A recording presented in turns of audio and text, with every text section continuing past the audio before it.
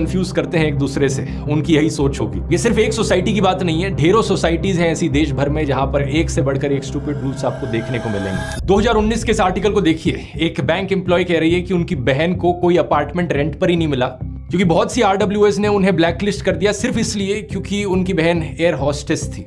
कुछ सोसाइटीज कहती हैं कि हम एयर हॉस्टेस को अपार्टमेंट रेंट पर नहीं दे सकते अपनी सोसाइटी में क्योंकि उनके ऑड टाइमिंग्स होते हैं। अक्सर ये आरडब्ल्यूएस जो चाहे वो उठपटांग रूल बना देते हैं। जैसे नोएडा की कुछ सोसाइटीज में एंट्री और एग्जिट फीस लगाई गई है कि आप हमारी सोसाइटी में एक अपार्टमेंट रेंट करना चाहते हो तो उसकी एक एंट्री फीस देनी पड़ेगी और जो रेंट आप लैंडलॉर्ड को पे कर रहे हो वो तो वैसे ही पे करोगे, लेकिन और जब छोड़कर जाओगे हमारी सोसाइटी अब एक एग्जिट फीस भी है। देश में लोकल लेवल पर जो मेजॉरिटेरियनिज्म देखने को मिलता है ये आरडब्ल्यूएस उसका सबसे अच्छा उदाहरण है। कुछ लोगों की यही सोच रहती है पॉलिटिशियंस और सरकारों को लेकर भी कि एक बारी हमने पॉलिटिशियंस को इलेक्ट कर दिया, वो पावर में आ गए तो वो जो चाहे वो रूल बना सकते हैं। हमारे कॉन्स्टिट्यूशन के प्रीएम्बल पर 4 शब्द बड़े क्लियरली लिखे हुए हैं, लिबर्टी, इक्वालिटी, फ्रेटर्निटी और जस्टिस।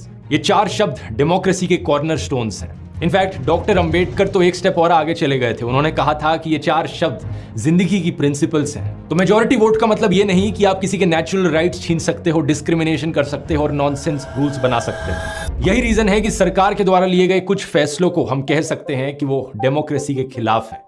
सुप्रीम कोर्ट की भाषा में वो अनकॉन्स्टिट्यूशनल है। जैसे कि अभी कुछ ही दिन पहले सुप्रीम कोर्ट ने इलेक्टोरल बॉन्ड्स की स्कीम को स्ट्राइक डाउन किया, उसे अनकॉन्स्टिट्यूशनल बताते हुए। कोर्ट ने कहा कि सरकार ने यह आर्बिट्ररी रूल बनाया था।